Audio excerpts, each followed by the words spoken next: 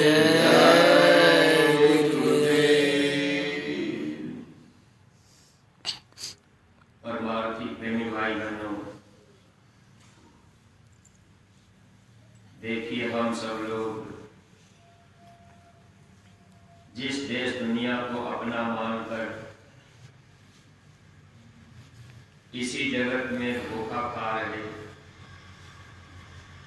दुख तकलीफ बराबर हम आप सहते जा रहे, इस दुख के देश से निकाल कर गुरु जो अपना बना लेते हैं, निज घर पहुंचा देते हैं, तब ये जीव हमेशा के लिए सुखी और आजाद हो जाता है। हम सब लोग इस मनुष्य शरीर में हमेशा के लिए नहीं आए। सांसों की पूंजी हम लोगों को गिन करके दी गई। एक एक दिन हम लोगों की उम्र घटती ही जा रही। जब जिसका समय पूरा होगा, इस शरीर से हम सब जीवों को निकाल दिया जाएगा। शरीर को लोग ले जा करके जला देंगे, दफना देंगे। जीवात्मा को इस शरीर से निकालकर धर्मराज के दरबार में पेश किया जाएगा। 1 मिनट के अंदर अच्छे बुरे कर्मों का हिसाब कर दिया जाएगा। फिर इस जीव को नरक और 84 में डाल दिया जाता है। यह पीड़ा हम आप कितने जन्मों से, कितने युग, कितने कल्पों से इसी मोह ममता अज्ञानता के देश में भोग रहे हैं। लेकिन सौभाग्य अब की बार हम लोगों का ये हुआ है कि अब की बार हम लोगों को गुरु महाराज मिल गए। गुरु महाराज ने हमारी आपकी जीवात्मा की डोरी अपने हाथ में पकड़ ली। लेकिन मन, बुद्धि, चित्त, अहंकार की डोरी अभी ये काल के हाथ में ही है। मन की डोरी माया के हाथ में रहती है, बुद्धि की डोरी विष्णु के हाथ में रहती है, चित्त की डोरी ब्रह्मा के हाथ में, अहंकार की डोरी शंकर के हाथ में।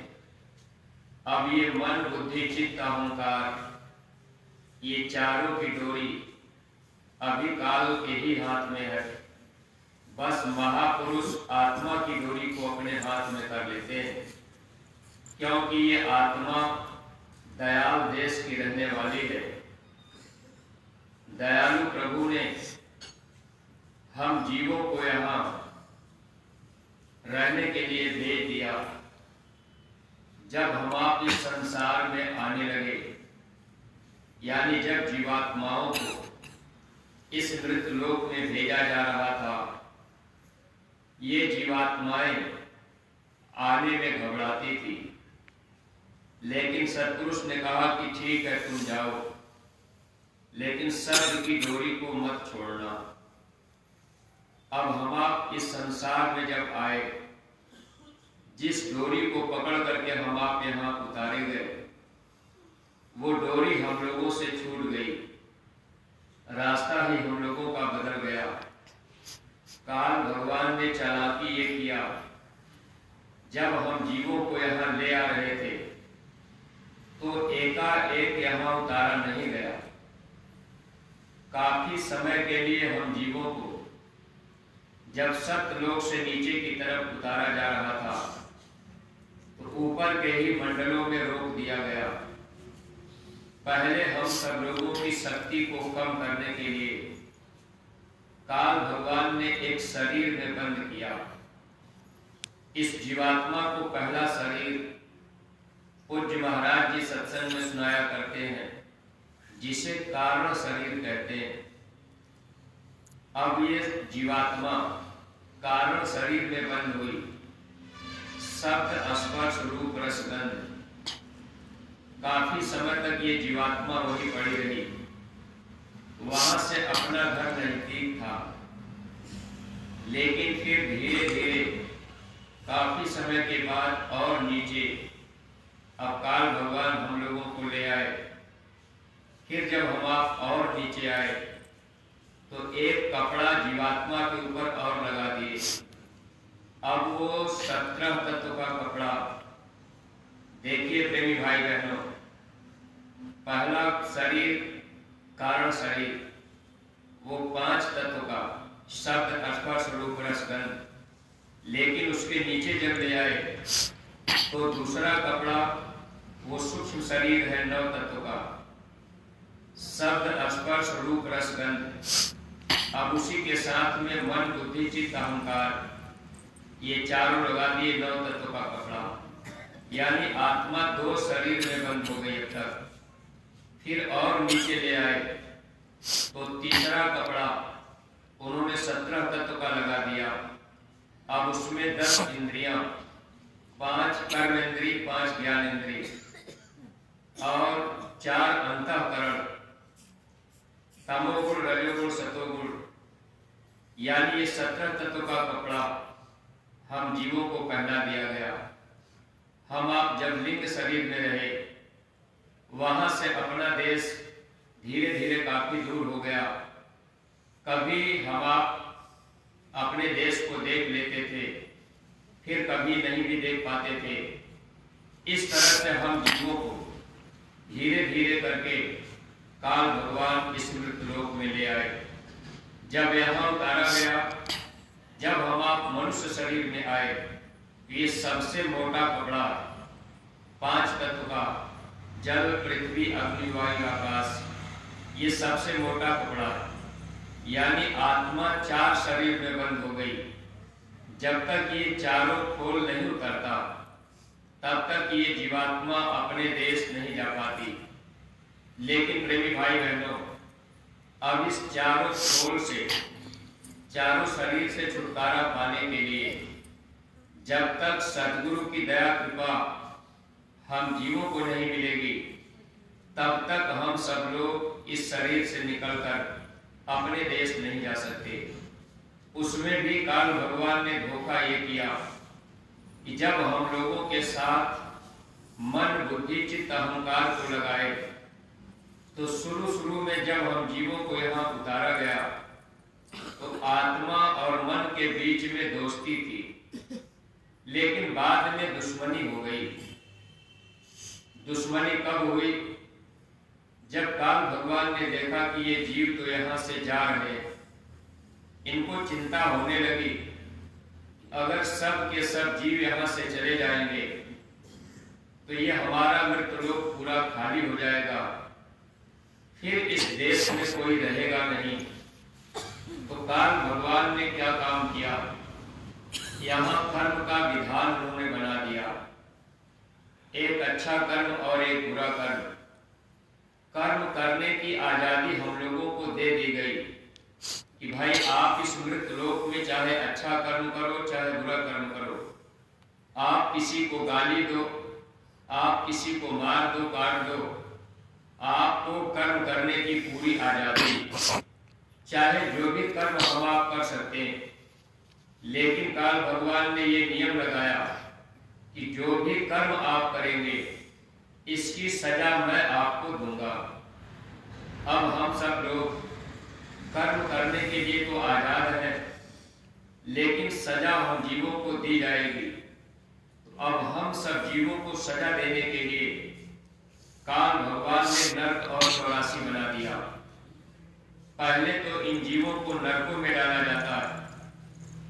जब मनुष्य शरीर से हम सब जीव निकाले जाते हैं, कर्म का हिसाब होता है, जीव को नरक में डाला जाता है। नरकों में करोड़ों करोड़ों वर्षों तक ये जीवात्मा दुख भोगती रहती। महात्मा नरकों के बयान को हमको आपको इशारे में समझाए, क्योंकि महात्माओं की कलम रुकने लगी, इतनी पीड़ा नरक में जीव को दी जाती। एक बार स्वामी जी महाराज बयान कर रहे थे नरकों का, गुरु महाराज सुनाने लगे। गुरु महाराज कलकत्ता में गए थे। कलकत्ता के लोग मांस ज्यादा खाते। अब तो पूरे भारत में मांस और शराब का प्रचार हो गया। अब तो बड़े बड़े लोग मांस और शराब खाने पीने में अपनी शान शौकत समझते हैं। लोग ये समझते हैं कि ये मांस और शराब खाना पीना ये बड़े लोगों का काम है। लेकिन प्रेमी भाई बहनों, देखिए, हम आप अगर इन बातों को समझते और जानते रहते, या महापुरुषों के सत्संग में हम आप आते जाते रहते, तो महात्मा सत्संग में हम जीवों के कर्म के विधान को समझा देते, और जो भी हम आप यहाँ कर्म कर रहे हैं इसकी सजा भोगनी पड़ेगी, इस बात की याद महात्मा ही दिलाते हैं।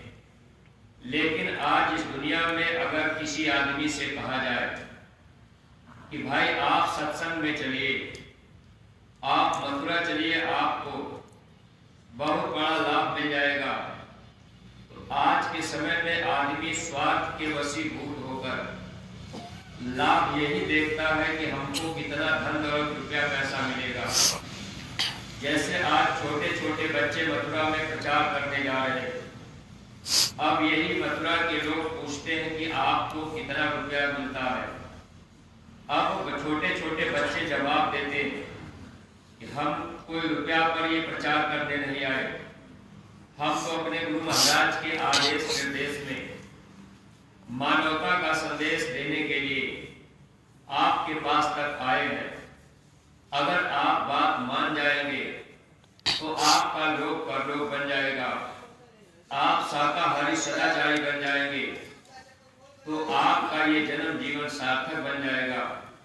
वरना इस शरीर से जब निकाला जाएगा, अगर आप महात्मा की बातों को नहीं मान पाए तो इसकी कड़ी सजा दी जाएगी। देखिए, जीव को नरक में किस तरह से सजा दी जाती, गुरु महाराज इशारे में बताए थे। स्वामी जी महाराज जब कलकत्ता में गए, कलकत्ता के लोग मांस ज्यादा खाते हैं, लेकिन वो मांस को पकाते कैसे हैं? स्वामी जी महाराज बताने लगे कि कलकत्ता के लोग लोहे के बड़े बड़े कड़ाहे रखते हैं, जैसे हम आप शादी विवाह में बड़े कड़ाहे में सब्जी बनाते हैं, ऐसे बड़े बड़े लोहे के कड़ाहे, उसमें आदमी के डूबने भर पानी भर देते हैं, उसके नीचे आग लगाते हैं। जब कड़ाहे का पानी गर्म होकर खौलने लगता है, उसी खौलते हुए पानी में 4-4, 6-6 बकरों को जिंदा उनके हाथ पैर को बांध करके फेंक देते हैं। अब वो बकरे उसमें छटपटाते चिल्लाते रहते हैं। बकरे अगर किसी तरह से खौलते हुए पानी में डूबे हुए हैं, लेकिन अपना मुंह ऊपर कर दे कि हम इसमें से निकल जाएं, तो कड़ाहे के किनारे किनारे आदमी डंडा लेकर के खड़े रहते हैं। फिर उसी डंडे से बकरे के सर पे मारते हैं।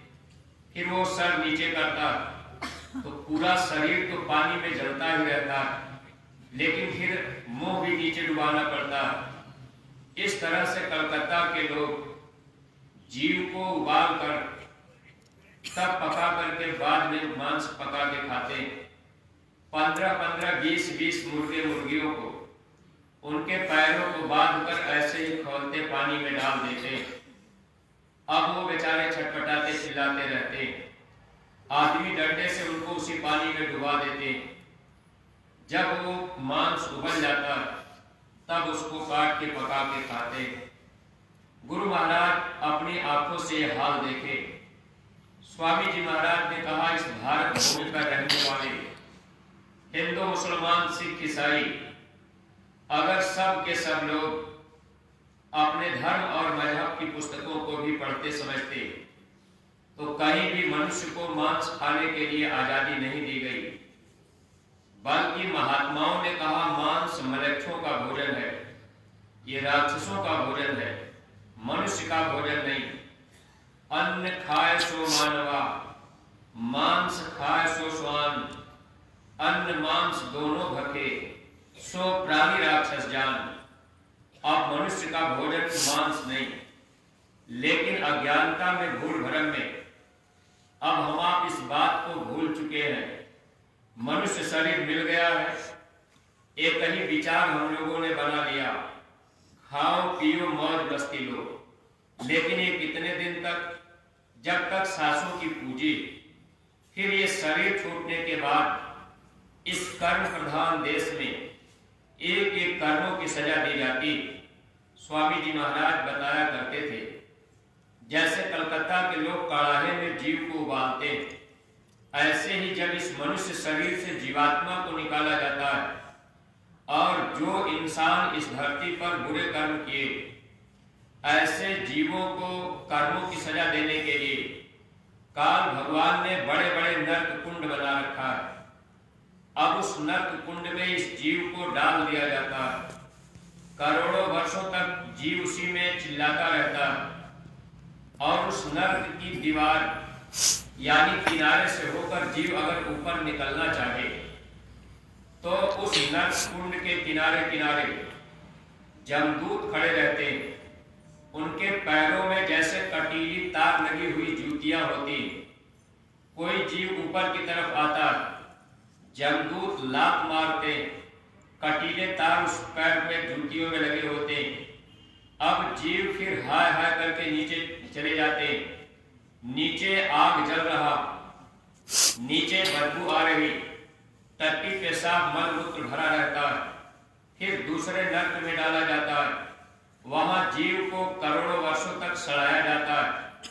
फिर वहां से निकालकर अलग तीसरे नर्क में डाला जाता है, यानी एक एक कर्मों की सजा अलग अलग दी जाती। झूठ बोलने की सजा, अगर जीव मानव जीवन को पाकर झूठ बोलते रहते, ऐसे जीवों की जीवा को काटा जाता है, बार बार काटा जाता है। अब जीव हाय हाय करके चिल्लाते रहते हैं।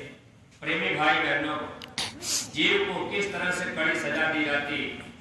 अगर कोई आदमी पराई स्त्री के साथ बुरा कर्म करता, ऐसे जीवों को नर्क में ले जाकर जमदूत वहां लोहे के मोटे मोटे खंभे आग से धड़कते रहते। पूज्य महाराज जी सत्संग में ये वचन हम लोगों को सुनाया करते। वहां ऐसे जीव को लोहे के मोटे खंभे में बांध दिया जाता है, एक दो दिन के लिए नहीं। आप विचार कीजिए, जैसे लोहा लाल और उसी में आदमी को चिपका करके बांध दिया जाए। अब ये जीव हाय हाय करके चिल्लाता रहता, वहां कोई मदद नहीं करता। स्वामी जी महाराज कहा करते थे कि बिना पीकर लगाए कई किलोमीटर आवाज जाती। जब नरकों में जीव हाय हाय करके चिल्लाते, जिन जिन संतों ने देखा, यानी जो महात्मा दृष्टि वाले हुए, जिनकी दिव्य आंख खुली थी, महात्माओं ने देखा कि ये जीव नर्क में इतनी पीड़ा इतनी तकलीफ उठा रहे, वही महात्मा इस धरती पर आकर हम जीवों को शाकाहारी सदाचारी रहने के लिए, बुरे कर्मों से बचने के लिए बराबर अपने सत्संग वचनों से प्रेरित किया करते हैं। वैसे तो इस संसार में महात्मा के नाम पर ऐसे भी लोग महात्मा बने हुए हैं, जो लोग सब कुछ खाने पीने के लिए छूट रखते हैं। कहते हैं कि भाई आपका जो मन करे वो आप खा सकते हैं। तो देखिए प्रेमी भाई बहनों, जब इस संसार में एक संत सतलोक से, अमर लोक से, अनादि लोक से एक संत आते जीवों की भलाई के लिए, उसी समय काल भगवान अपने देश से हजारों संत उतार देते, वो भी गुरु के रूप में जगह जगह बैठ जाते। अब अगर हम आप इस बात पर ध्यान नहीं दिए, चाहे हम आप ये समझ लें कि चलो भाई ये भी महात्मा है, अगर हम आप ध्यान नहीं दिए तो काल के देश के जो भी संत आपको मिलेंगे गुरु के रूप में, वो आपको बुरे कर्म से भी मना नहीं करेंगे। आप चाहे जो भी कर्म करेंगे आपको वो छूट देंगे, क्योंकि काल उसकी फिर सजा देगा। लेकिन जो दयाल देश से संत आते, वो संत हम जीवों को बुरे कर्मों से बचाते कि हे इंसान, आपको ये मानव जन्म मिला, आप ये बुरे कर्म मत करना, वरना इस कर्म की सजा आपको फिर भोगनी पड़ेगी। तो जो सच्चे महात्मा होते हैं वो तो चाहते हैं कि जीव बुरे कर्मों से बचे। अब वो हमको आपको जब सच्चा रास्ता बताते तो बहुत से लोग ये सोचते कि भाई हम मांस मछली अंडा शराब क्यों छोड़ दें। अब हम ये काम भी करते रहेंगे और किसी गुरु के पास जा करके वो सोचते हैं कि हमको रास्ता मिल गया, हम भक्ति भी कर रहे, लेकिन अप्रेमी भाई बहनों, ऐसी भक्ति से जीव को 84 और नरकों में जाना पड़ता है। इसलिए हर सत्संगी प्रेमी भाई बहनों को ये ध्यान रखना चाहिए कि हम आप बुरे कर्मों से हमेशा बचने का प्रयास करें। अगर कोई भी मनुष्य पराई स्त्री को बुरी निगाह से देख लेता है या बुरा कर्म कर देते हैं, ऐसे जीव को नरक में कड़ी सजा दी जाती है और ऐसे जीवों के कर्मों को माफ नहीं किया जाता। अगर सत्संग में हम आप आकर ऐसे कर्म कोई करने लगा, ऐसे जीव के कर्म माफ नहीं किए जाते। हालांकि सदगुरु का दरबार माफी का होता है, लेकिन स्वामी जी महाराज कहा करते थे कि बच्चे आप बार बार गलती करोगे तो आपके गुनाहों की माफी नहीं होगी।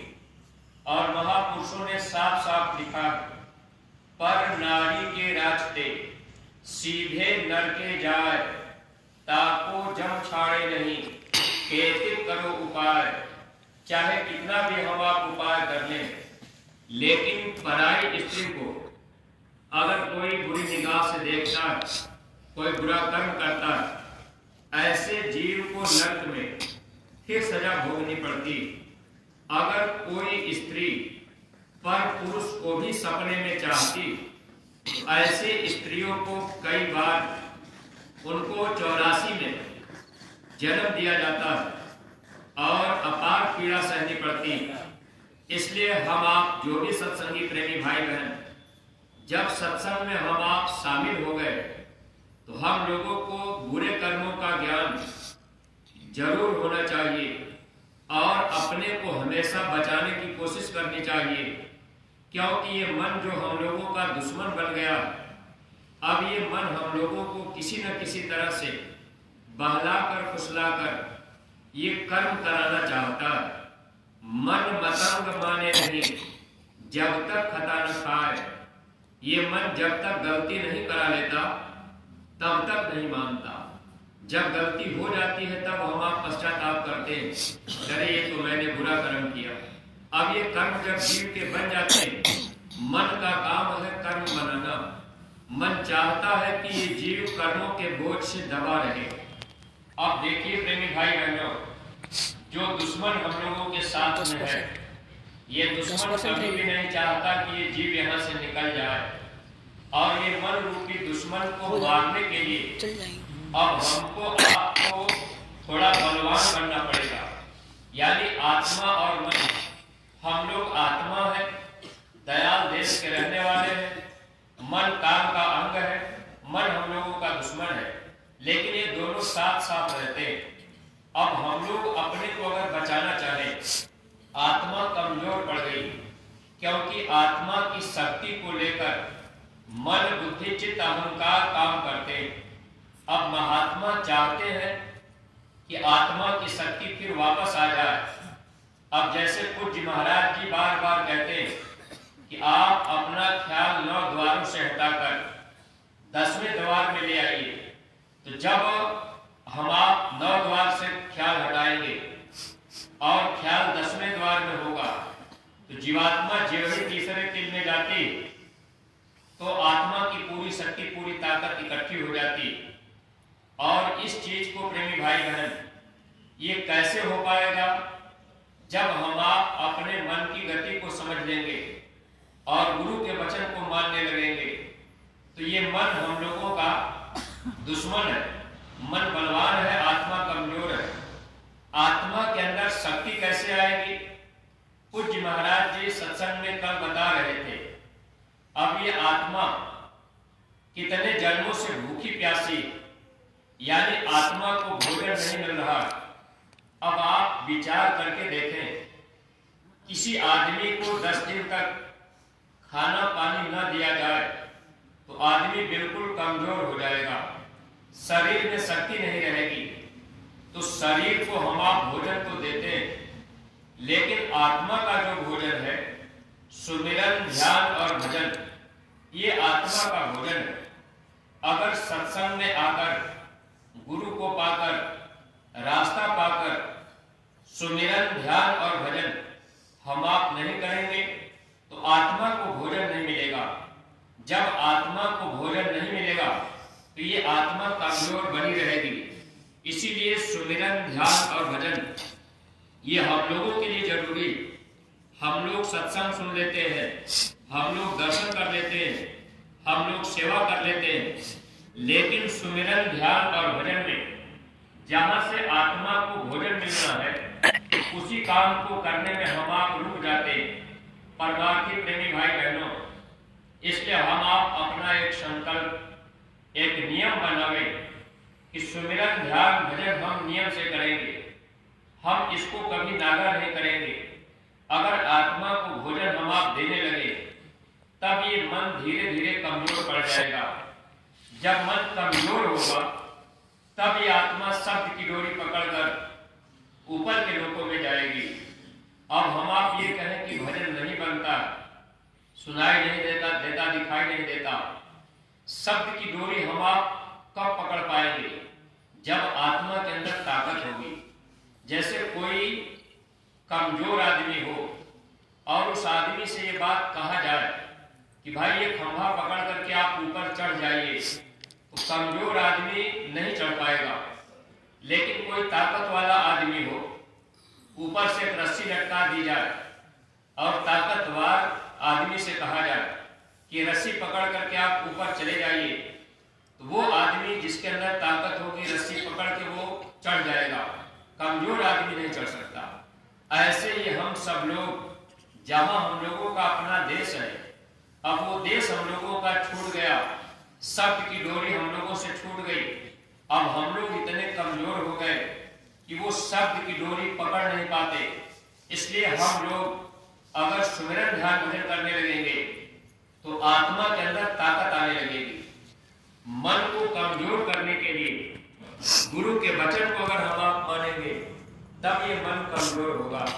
इसलिए परमार्थी प्रेमी भाई बहनों, सुमिरन, ध्यान और भजन करेंगे तो आत्मा को ताकत मिलेगी।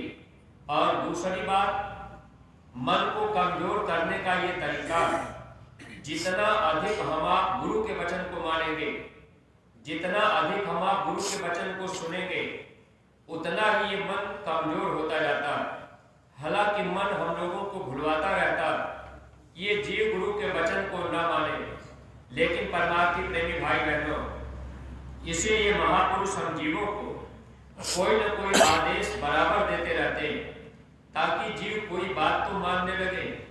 जैसे वक्त में हम लोगों को जो आदेश मिला है, हर सत्संगी प्रेमी भाई बहन एक एक गांव गोद लेकर गुरु महाराज का संदेश यानी भविष्यवाणी, जो गुरु महाराज की छोटी सी पुस्तक उनके बाणियों की बनाई गई, उस पुस्तक को गांव गांव में जाकर या टोलियां बनाकर गांव गांव तक ये हम आप संदेश पहुंचा दें। जिस गांव को हम आप गोद लें, उस गांव के लोगों को समझाकर, बताकर, गुरु महाराज की बातें याद दिलाकर, आगे आने वाले समय का इशारा करके, और जो लोग मांस, मछली, अंडा, शराब में फंसे हुए हैं, जब गुरु महाराज नहीं मिले थे तो हम लोग भी फंसे थे, लेकिन महात्मा जब मिल जाते उनको समझाया जाता। महात्मा के करीब अगर जीव आ जाते तो फिर धीरे धीरे बुराइयों को छोड़ देते हैं। तो जब हम लोग गांव गांव में प्रचार करेंगे, गांव गोद लेंगे, तरह तरह के लोग मिलेंगे। कोई कहेगा हम शराब छोड़ना चाहते हैं लेकिन शराब हमसे छूटती नहीं है। कोई मांस अंडा छोड़ना चाहता है, ये मन है, मन ने उनको जकड़ लिया, अब वो छोड़ना भी चाहते लेकिन नहीं छूट पाता है। तब हम आप उनको ये बात अगर बताएंगे कि भाई आप अगर मथुरा चलेंगे, वहां मंदिर में गुनाहों की माफी मांगेंगे, हमारे गुरु महाराज आपको वहां रास्ता बताएंगे, यानी पूज्य महाराज जी सत्संग सुनाएंगे, रास्ता बताएंगे, दया कृपा आप मांगेंगे तो आपकी ये बुराई छूट सकती। जैसे हम लोगों के अंदर बुराइयां भरी थी, बहुत से हम आप प्रेमी भाई बहन मांस, मछली, अंडा, शराब खाते पीते रहे, लेकिन स्वामी जी महाराज मिल गए, देखिए धीरे धीरे बुराइयां छूट गई। ऐसे ही नए लोगों को हम आप प्रेरित करके जब ले आएंगे और उस गांव को हम आप गोद लेंगे, गोद ले लेंगे, गुरु आदेश का पालन हो जाएगा। रोज रोज हम आप उस गांव में या 2 दिन 4 दिन में पहुंचकर गांव के लोगों को समझाएंगे, बताएंगे एक एक बात गुरु महाराज की। अगर हम आप गुरु महाराज की बातों को बताना चाहें, अब ये बातें हमको आपको इतनी याद तो है नहीं, लेकिन जब हम आप दूरदर्शी आवाज, ये पत्रिका जो मथुरा से प्रकाशित की गई है, ये पत्रिका आप अपने अपने घरों में जब मंगाने लगेंगे और उस पत्रिका को आप अपने घर में रोज पढ़ने लगिए, यानी रोज का नियम बना लीजिए कि भाई सामूहिक ध्यान भजन जब करेंगे, वही पत्रिका उठा करके कोई भी बच्चा है, आपने दे दिया कि बच्चा एक पृष्ठ एक पन्ना आप पढ़ो, थोड़ा थोड़ा आप पढ़ते जाइए, और जो प्रेमी नहीं पढ़े लिखे वो सुनते जाए, एक एक वचन आपको थोड़े थोड़े याद होते जाएंगे। और कोई नई बात आपको समझ में गुरु महाराज की आई, गांव में आप गए तो वही बात आपको याद रहेगी, वही बात आप गुरु महाराज की जब उनको बताएंगे तो धीरे धीरे गांव के लोग भी, नए लोग भी जिस गांव को आप गोद लेंगे, वो गुरु महाराज की हर बातों को जब जानेंगे तो धीरे धीरे उनके विचारों में परिवर्तन आएगा। अब अगर हम आप कहें कि भाई हम तो समझा नहीं पाएंगे, बता नहीं पाएंगे, केवल कोशिश करनी, जैसे हम आपको जो बात सुना रहे, अब ये बात आप सुनेंगे तो कुछ न कुछ बातें याद रहेंगी। ऐसे ही जब दूरदर्शी आवाज, ये पत्रिका को आप अपने अपने घरों तक मंगाने लगेंगे, उसमें गुरु महाराज की वचन वाणियां और पूज्य महाराज जी का वक्त का जो संदेश होगा, वो संदेश भी उसमें होगा। जब आप अपने घर में सामूहिक भजन करें तो शाम को थोड़ी देर, अगर मान लीजिए कोई सत्संग सुनाने वाला नहीं, वैसे तो गुरु के वचन को दोहराना ही सत्संग है, अगर उस पुस्तक को हम आप पढ़ेंगे या बच्चों से पढ़ाएंगे तो बच्चों को भी थोड़ा सा जिज्ञासा बढ़ेगी, उनके अंदर भी जानकारी होगी, और वही बच्चे गांव में जाएंगे, वो बच्चे गुरु महाराज की बातों को रखेंगे, तब लोग कहेंगे कि भाई ये छोटे छोटे बच्चे इतनी जानकारी रखते हैं, उनके विचारों में परिवर्तन होगा। परमार्थी प्रेमी भाई बहनों, फायदा हम लोगों का क्या होगा, ये मन कमजोर होने लगेगा और आत्मा के अंदर ताकत आ जाएगी। जब हम आप ये काम करेंगे, आत्मा के अंदर ताकत आएगी, तब ये आत्मा शब्द की डोरी पकड़कर ऊपर के लोगों में जाएगी। और जब इस काम को हम आप नहीं करेंगे, गांव गोद नहीं लिए, अब हम आप गुरु की बात नहीं माने, जैसे पूज्य महाराज जी कल कहे, हर सत्संगी प्रेमी भाई बहन अपने अपने घरों में एक गुल्लक रख ले और एक एक रुपए की सेवा उसमें डालते जाए। इस आदेश को मानने से जीव के अंदर ताकत आएगी, संस्कार बढ़ेंगे, विचार बच्चों के बदलेंगे। इसलिए हर प्रेमी भाई बहनों का एक फर्ज और कर्तव्य है, आप लोग अपने अपने घरों में गुल्लक जरूर रखिए और अपने बच्चों से भी कहिए कि 1 रुपया रोज डालते जाइए। आप ऐसा काम करते जाएंगे, अब 100-50 रुपए सिक्का आप रख लीजिए, अब वो 1-1 रुपया सब लोग डालते जाइए। जब वो सिक्का पूरा अंदर यानी गुल्लक में पड़ जाए तो गुल्लक ताला वाला रखिएगा, छोटा सा ताला उसमें लगाइए, फिर ताला खोल करके सिक्का निकाल दीजिए, उसमें उतना रुपया रख दीजिए, फिर वही सिक्का उसमें डालते रहिए। आप जब भी उस सेवा को यहाँ भेजेंगे तो सिक्का नहीं भेजना। बहुत से प्रेमी ये सोचते हैं कि भाई ये हमने निकाला है तो हमारा यही पैसा जाना चाहिए, ऐसी बात नहीं। बहुत से प्रेमी जैसे सत्संग कराते हैं, चढ़ावा आरती के रूप में चढ़ाते, अब 1-2 रुपया सिक्का जो रहता है वही ले आते कि भाई ये हमारा गुरु दरबार में जाना चाहिए। आप उसको बदल सकते हैं, आप बदल करके नोट, बड़ी नोट बना करके आप उसको यहाँ सेवा में जैसी व्यवस्था बनाई गई उस तरह से हम आप भेजते रहे। परमार्थी प्रेमी भाई बहनों, गुरु के आदेश का पालन करने से आत्मा के अंदर ताकत आती और मन कमजोर होता। इसीलिए महात्मा चाहते हैं कि जीव हमारे वचन को माने। अगर वचन को हम आप मानेंगे तो बच जाएंगे, वचन को नहीं मानेंगे तो ये मन रूपी दुश्मन हम लोगों को फिर पटक देगा और फिर हमको आपको सजा भोगनी पड़ेगी। इसलिए परमार्थी प्रेमी भाई बहनों, देखिए हम सब लोग गुरु महाराज के दरबार में थोड़ा बहुत अपना समय सेवा और भक्ति में दे रहे। ये मौका हम लोगों को जो मिला हुआ है बराबर सेवा करने का, भक्ति करने का, तो हम आप ये अभियान इस समय चलाने का पूरा प्रयास करें। और कोई भी सत्संगी प्रेमी बचने न पावे गांव गोद लेने से। जब आप इस काम को कर ले जाएंगे तो निश्चित है कि एक दिन हम लोगों के सामने ऐसा समय होगा कि लोग हमारे आपके इतिहास को याद करेंगे। स्वामी जी महाराज ने कहा हमारे बच्चों का इतिहास बनेगा, लोक भी बनेगा, परलोक भी बनेगा, उधर नाम भी होगा और जीवात्मा का काम भी होगा। गुरु कभी झूठ नहीं बोलते। अगर हम आप अपनी जीवात्मा का कल्याण चाहते तो सत्संगी प्रेमी भाई बहनों, गांव गोद लेने का अभियान हम आप अवश्य चलाएं और अपने अपने बच्चों को हम आप इस काम में जरूर लगा दें। अगर नहीं लगा पाए बच्चों को काम में तो आगे वक्त जब खराब आएगा इसमें उनको दया नहीं मिल पाएगी। महात्मा वचन दे करके दया देना चाहते। सभी प्रेमी भाई बहनों का ये फर्ज और कर्तव्य है और अपने को बुराइयों से बचाने का प्रयास कीजिएगा।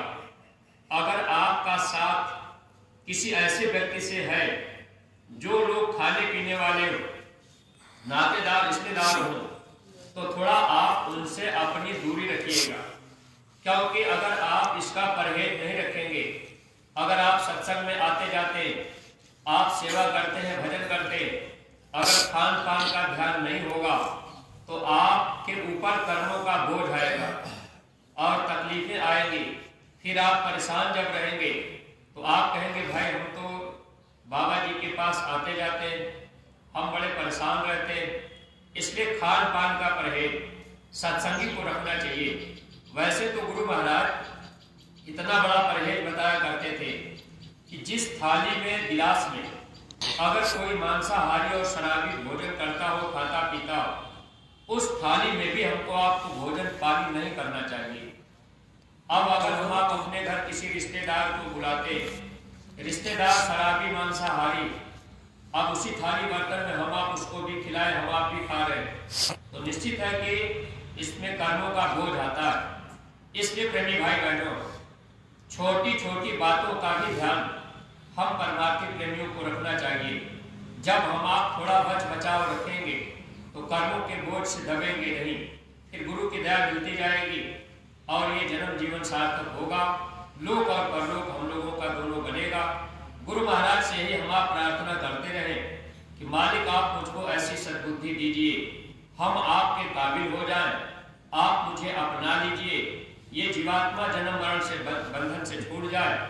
हम तो बहुत समय तक इसी जगह भटकते रहे, अब की बार आपने बांध पकड़ा है तो आप ही इस लाज को बचाइएगा।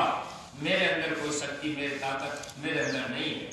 ये दया की भीख अगर रोज हम आप गुरु महाराज से मांगते रहेंगे तो प्रेमी भाई बहन दया मिलती रहेगी।